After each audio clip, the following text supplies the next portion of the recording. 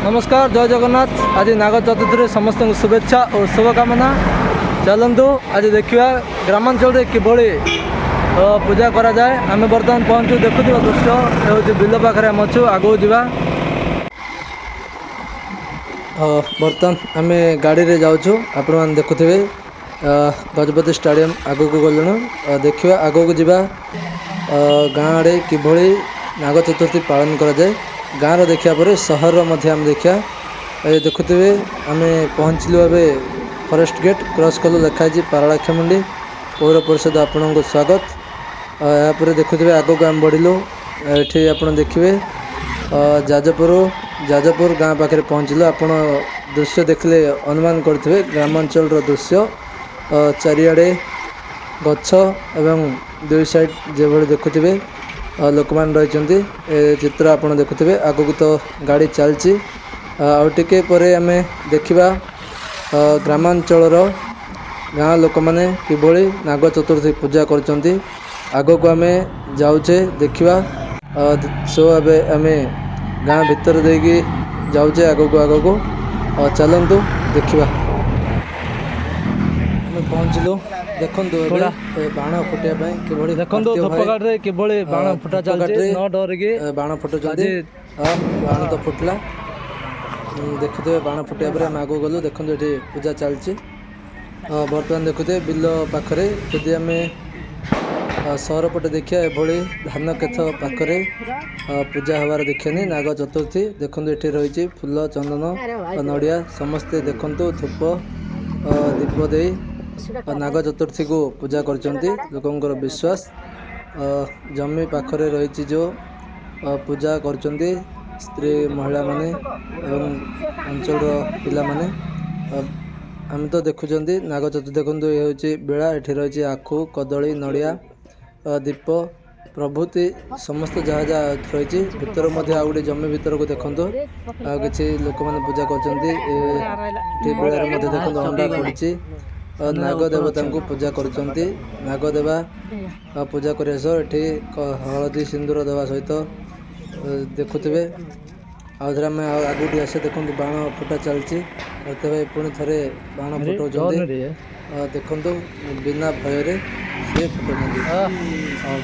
से फुटाऊँ देखिपे स्त्री लोक मैंने पूजा करछंती। देखो गच जंगल घर गोटे होती मात्र जमी रही जमी साइड रे गच रही देखो टुलु लिलु रही महिला मान रही हाथ में देखो सब जिन नड़िया सहित पूजा देखुले आप सब पूजा चलती।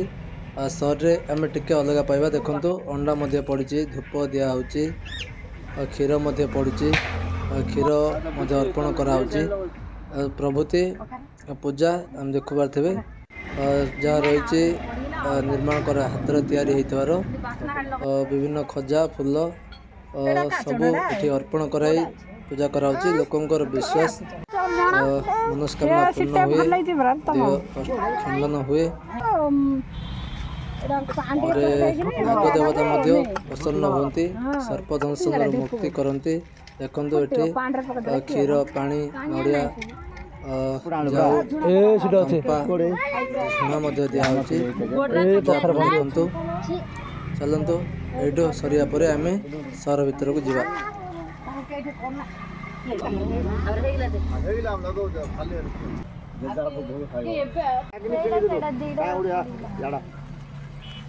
मारे खाउथले से लाजे नाम जगा जरा पानी बुलौथले मते से नछने लागबा आइले जे ये किथरे उठे होते मुह बुले लागो त कोने रोज न बोलो हई कीटा कतरे ए झान पत्र काढवा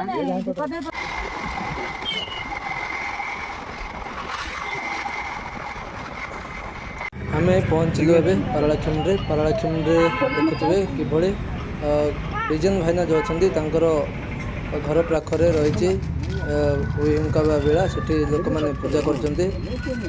पारलाखेमुंडी गोटे आंध्र और ओडिशा सीमांत तथा आंध्र ओडिशार संप्रदायर समस्त लोक मैंने बसवास करती।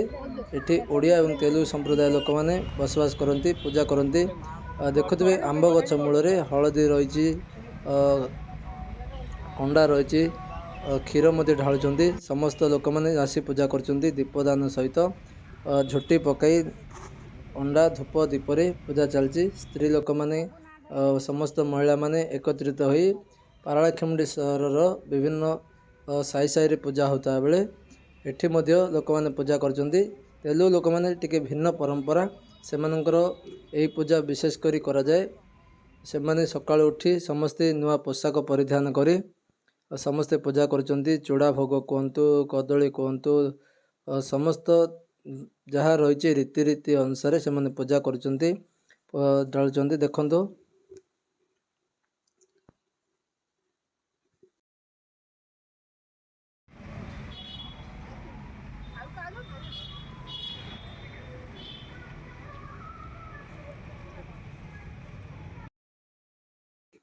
ଦେଖିଲେ ଆପଣ ଅନୁମାନ ଜାଣିପାରୁଥିବେ ଲୋକମାନେ ରହିଛନ୍ତି ଆମ୍ବ ଗଛ ମୂଳରେ ପୂଜା କରୁଛନ୍ତି। ସ୍ତ୍ରୀମାନେ ସକାଳୁ ନୂଆ ପୋଷାକ ପିନ୍ଧିଛନ୍ତି, ଆସି ପୂଜା କରୁଛନ୍ତି। ପୂଜା ସେମାନଙ୍କର ବିଶେଷ କରି ପୂଜା କରାଯାଏ। ଘରର ମଙ୍ଗଳ ହେବ, ପିଲାଙ୍କର ମଙ୍ଗଳ ହେବ, କାନ ଟଣା ହେବନି, ଏମିତି ବିଭିନ୍ନ ଯାହା ରହିଛି ଖୁସିର ମାହୋଲ ଗୋଟେ ଦେଖିବାକୁ ପାଇପାରିବା ଆମେ ଏଠାରେ। ପୂଜା ତ ଦେଖୁଛନ୍ତି, ହେଲେ ଆଉ ଗୋଟେ ସାଇଡ଼ରେ ଆମେ ଦେଖିବା କିଭଳି ପୂଜା ହେଉଛି।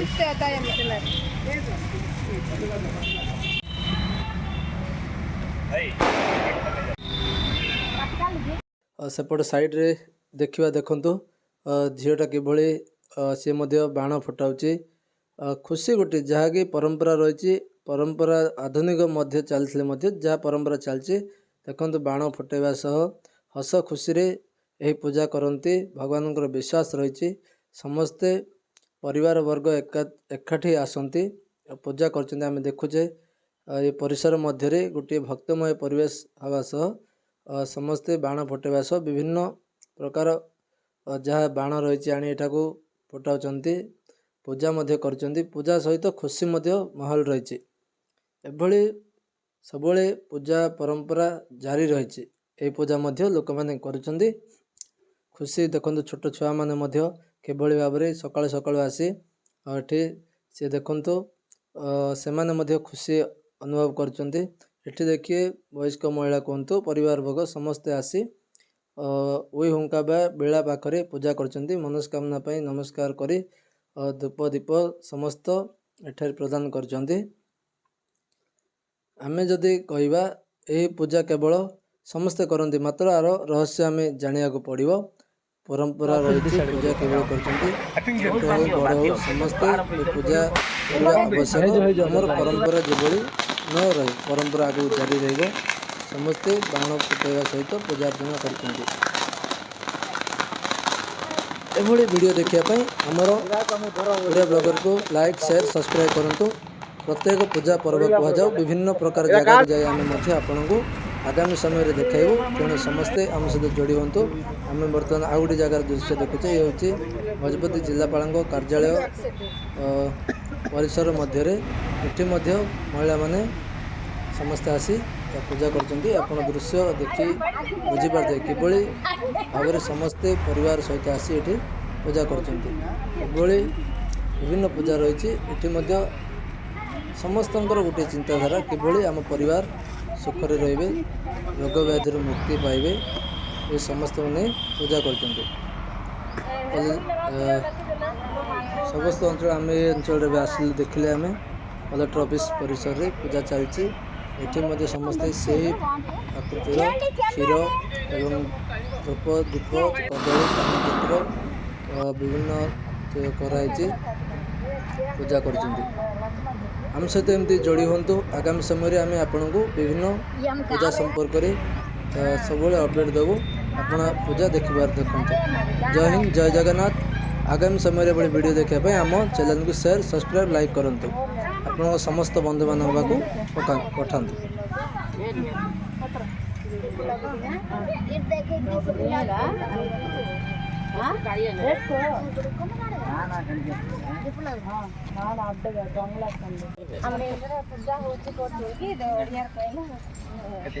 గుడ్డ